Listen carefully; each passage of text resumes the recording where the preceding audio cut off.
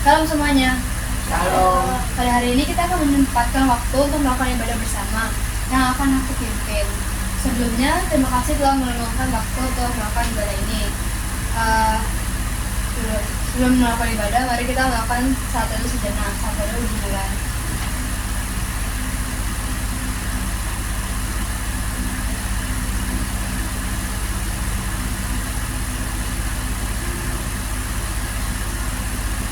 Saat teduh selesai. Mari kita angkat satu pujian yang berjudul Hari Ini Kurasa Bahagia.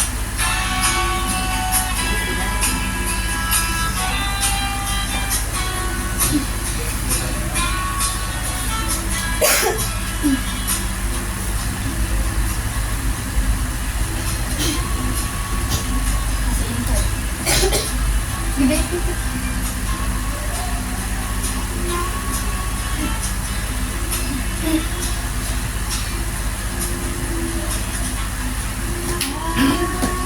Hari ini ku rasa bahagia berkumpul bersama saudara seiman. Nggak sesuai nada ini. Jadi ya, Tuhan Yesus tersatukan kita tanpa memandang di antara kita. Bergandeng tangan dalam kasih, dalam satu hati, berjalan-jalan dalam kasih Tuhan. Kau sahabatku, kau saudaraku, tiada yang dapat memisahkan kita. Kau sahabatku, kau saudaraku, tiada yang dapat memisahkan kita. Sekarang kita akan melakukan doa pembukaan yang akan aku pimpin.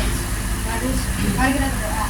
Tuhan, terima kasih atas berkat-Mu kami dapat berkumpul di sini. Tuhan, tentu pada hari ini kami melakukan kesalahan. Sekiranya supaya kami dapat menjadi yang lebih baik dan kami dapat lebih bertobat dari sebelumnya. Saat ini kami ingin beribadah. Sekiranya kami dapat beribadah dengan baik dan melakukannya dalam kehidupan kami. Terima kasih Tuhan, hari amin. Mari kita membaca Alkitab dari Lukas 18 ayat 35 sampai 18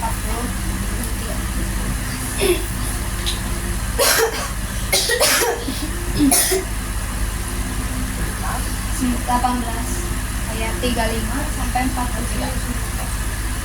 Adanya baru. Iya ini. Perjanjian baru.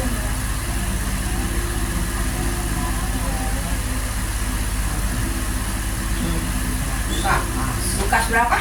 Lukas 18 ayat 35 sampai 43. Lukas 18. Ya.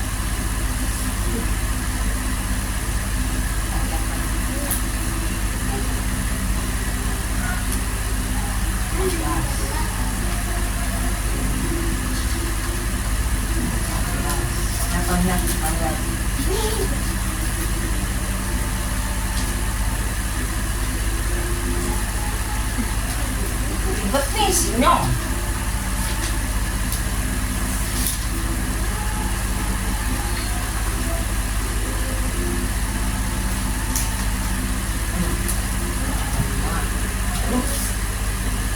Ayo, aduh belum.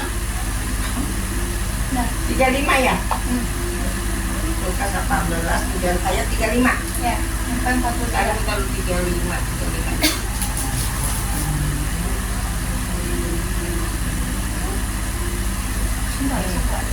Nih, ayo. Anda baca bersama-sama. Ya. Baca. Tuh, 2, 3. Waktu Yesus hampir tiba di Yeriko, ada seorang buta yang duduk di pinggir jalan dan mengemis. Jadi mana berapa? Pasti enggak? Oh, waktu orang itu mendengar orang banyak lewat, dia bertanya, apa Yesus orang Nazaret lewat. Lalu ia berseru, Yesus anak Daud, kasihanilah aku. Maka mereka yang berjalan di depan menegur dia supaya ia diam.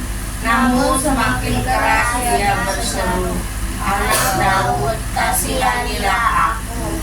Lalu Yesus berhenti dan menyuruh membawa orang itu kepadanya. Dan ketika ia telah berada di dekatnya, Yesus bertanya kepadanya, apa yang kau kehendaki supaya aku berbuat bagimu? Perbuat bagimu, jawab orang itu, Tuhan, supaya aku dapat melihat. Lalu kata Yesus kepadanya, melihatlah engkau, imanmu telah menyelamatkan engkau. Dan seketika itu juga melihatlah ia, lalu mengikuti dia sambil memuliakan Allah. Seluruh rakyat melihat hal itu dan memuji-muji Allah. Lalu masuk ke sharing kan. Nah, sebelumnya tuh aku bakal menceritakan satu cerita yang aku buat sendiri. Suatu hari ada seorang pendosa yang tidak percaya kepada Yesus. Lalu ia bertemu dengan seorang Kristen. Orang percaya ini setiap hari itu selalu menyatakan Injil pada orang pendosa ini. Tapi si pendosa tetap tidak peduli. Tapi suatu ketika si pendosa tertegur oleh salah satu firman. Nah, sebelum melanjutkan, aku akan menyaringkan apa yang didapatkan dari firman yang tadi. Dari ayat ini kita dapat melihat kasih karunia Allah kepada orang yang percaya padanya. Kita juga dapat melihat bahwa pengemis buta itu memiliki iman kepada Kristus yang membuat ia disembuhkan oleh Yesus. Dari pengemis buta ini seharusnya kita jadi belajar bahwa untuk menjadi pengikutnya kita memerlukan iman. Kita tidak malu untuk menyatakan iman kita tersebut di depan banyak orang. Dengan begitu kita akan diselamatkan Kristus oleh karena iman kita. Setelah iman kita tumbuh, kita harusnya tidak malu untuk menyatakannya di depan umum seperti pengemis buta ini. Ia dengan lantang berteriak, Yesus anak Daud. Itu juga sama, setelah iman kita itu tumbuh, kita dapat melakukan hal seperti menyebarkan Injil atau kebenaran Allah atau hal kecil seperti pelayanan atau mengingatkan sesama.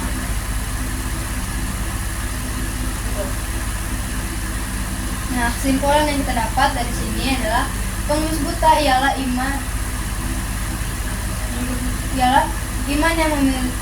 yang kita miliki itu berasal dari Allah, dan iman yang akan menyelamatkan kita. Iman akan bertumbuh dalam diri kita jika kita percaya padanya, dan dari iman kita akan menyelamatkan kita. Seperti yang aku bilang tadi, aku akan melanjutkan ceritanya. Jadi si pendosa itu tertegur oleh firman yang berbicara tentang pengemis buta. Setelah ia tertegur itu, ia setiap harinya iman dia semakin tumbuh dan ia mulai berbuat baik setiap harinya. Dari sini dapat terlihat bahwa imannya menyelamatkan dia. Oke. Terus, nih ada diskusi singkat. Bagaimana menurutmu setelah mengetahui bahwa Yesus akan menyelamatkanmu? Tuh Indah, jawab. Bagaimana menurutmu setelah mengetahui bahwa Yesus mau menyelamatkanmu? Kenapa? Bagaimana tahu Yesus akan menyelamatkanmu? Bagaimana menurutmu setelah mengetahui bahwa Yesus mau menyelamatkanmu? Terima kasih. Kenapa? Ya, karena dia mau menebus orang yang berdosa. Karena dia mau menyelamatkan. Dan apa ya? Iman kita bertambah tumbuh.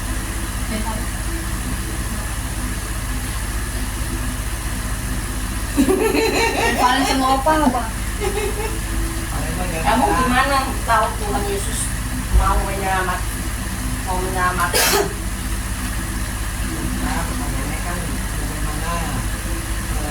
Menurutmu setelah mengetahui bahwa Yesus mau menyelamatkanmu, gimana berpaling?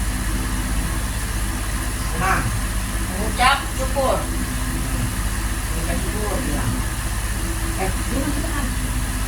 Mengucap syukur. Ya kencang, dulu akan dengarkan. Gimana lu? yang kedua tuh apa yang harus kita lakukan setelah mengetahui bahwa Dia menyelamatkan kita? lebih beriman kepada Yesus melalui perbuatan-perbuatan kita. Nah, iman kan harus dinyatakan. Ya. Kalian apa?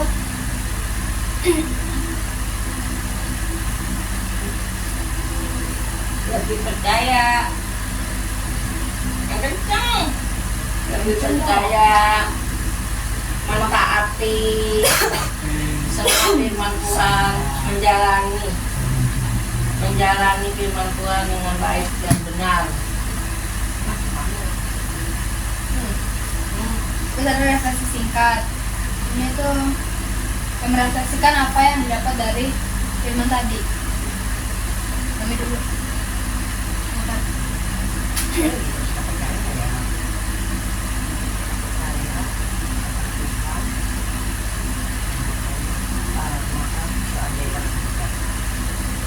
Apa tadi? Refleksi. Iya, maksudnya apa pertanyaannya? Refleksi dari ayat tadi gimana? Bahwa kita harus percaya di dalam kesesakan, di dalam pergumulan ada pertolongan Tuhan Yesus. Kalian. Apa refleksinya Dan kalian? pertolongan akan kita pahami dan kita rasakan di saat kita terjadi pergumulan dalam hidup kita, dan itu kita akan merasakan saat Tuhan Yesus datang menolong. Oke. Kalian.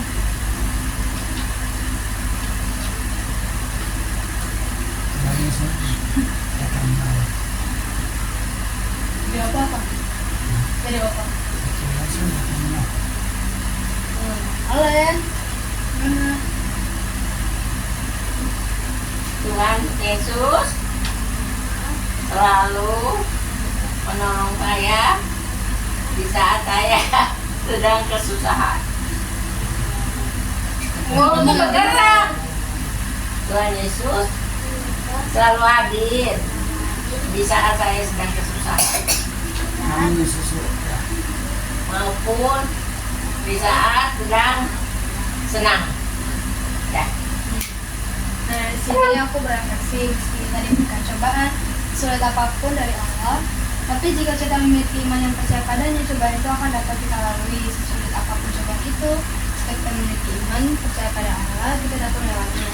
Setelah cobaan kita selesai, kita dapat membuat sebuah kesaksian atau motivasi bagi orang di sekitar kita. Tapi perlu diingat bahwa kebaikan bukanlah hal yang membuat kita diselamatkan, melainkan iman daripada Allah. Dia menyelamatkan kita sehingga kita dapat berbuat baik sebagai tanda kita adalah manusia yang telah diselamatkan. Oh, nih, ada doa syafaat. Apa harapannya? Doa syafaat. Mau didoain syafaat sama kamu? Apa ya? Ya diberi kesehatan. Kesehatan. Si Valen diberi pelajaran dalam ujian. Harus 100 semua. Terus mami biar gajinya naik. Terus Mama minta kesehatan aja.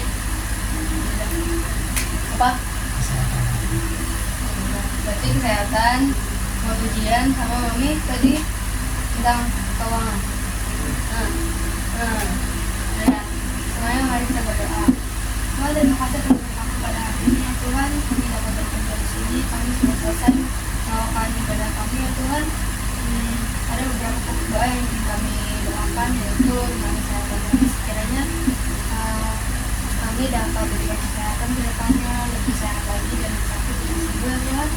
Tuhan, kami juga berdoa untuk ujian sekolah kalian yang bentar lagi akan dilaksanakan. Sekiranya ia dapat melakukan ujian tersebut dengan baik dan ia dapat belajar untuk ujian tersebut dengan baik. Lalu kamu juga mendoakan tentang keuangan kami ya Tuhan. Sekiranya untuk orang tua aku, sekiranya dia dapat bekerja dengan baik dan diberikan gaji yang mencukupi. Dan terima kasih Tuhan, dari amin. Nah, sekarang nyanyi lagu Ujian, lagi tadi. Ya ampun, belum kita bagi kakiku. Sabar, sabar.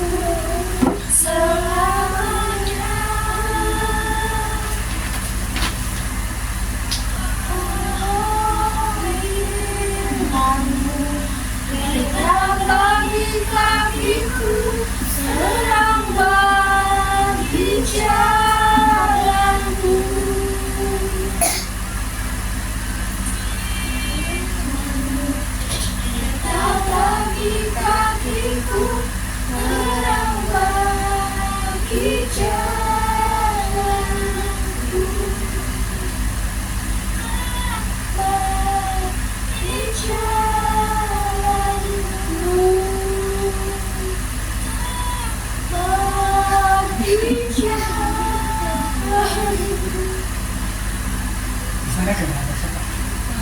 Nah, sekian dari ibadah kita. Terima kasih.